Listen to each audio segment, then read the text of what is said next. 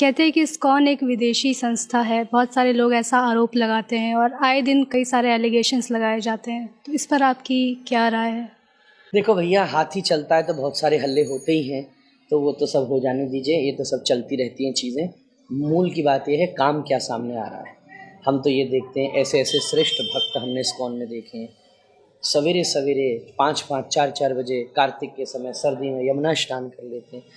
आज ये बोलने वाले धोती पहनने में शर्म करेंगे जो ये हल्ला करते। यहाँ यूरोपियन, अमेरिकन, चाइनीज़, रशियन धोती, तिलक, कंठी डालकर, तिलक करके, चुटिया धर के ये बोलने वाला कोई लगा सकता है जो ये हल्ला कर रहा है?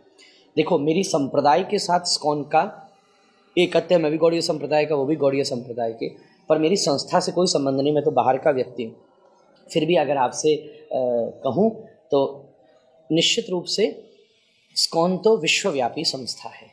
विदेशी है या स्वदेशी है उससे कोई अर्थ नहीं है। ये तो जब नाम ही इंटरनेशनल है, इस्कॉन की फुल फॉर्म ही इंटरनेशनल सोसाइटी है, तो उसका संबंध कोई आपसे कहना कि विदेशी संस्था है, तो आप बिल्कुल मानिए कि विदेशी संस्था है। क्यों? बोले वो इस पूरी धरती की संस्था नहीं है, गोलोक वृंदावन की संस्था है, तो विदेशी ही है, बाहर की है भैया, इस प्लेनेट से बाहर की, स्पिरिचुअल वर्ल्ड की है। तो ये तो श्रेष्ठ बात है।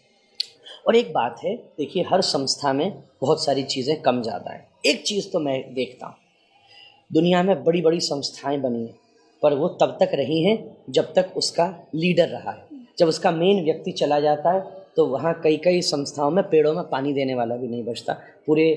पूरी सातों पुरियों, चारों धामों में घूम आइए, लाखों ऐसे स्थान बने होंगे।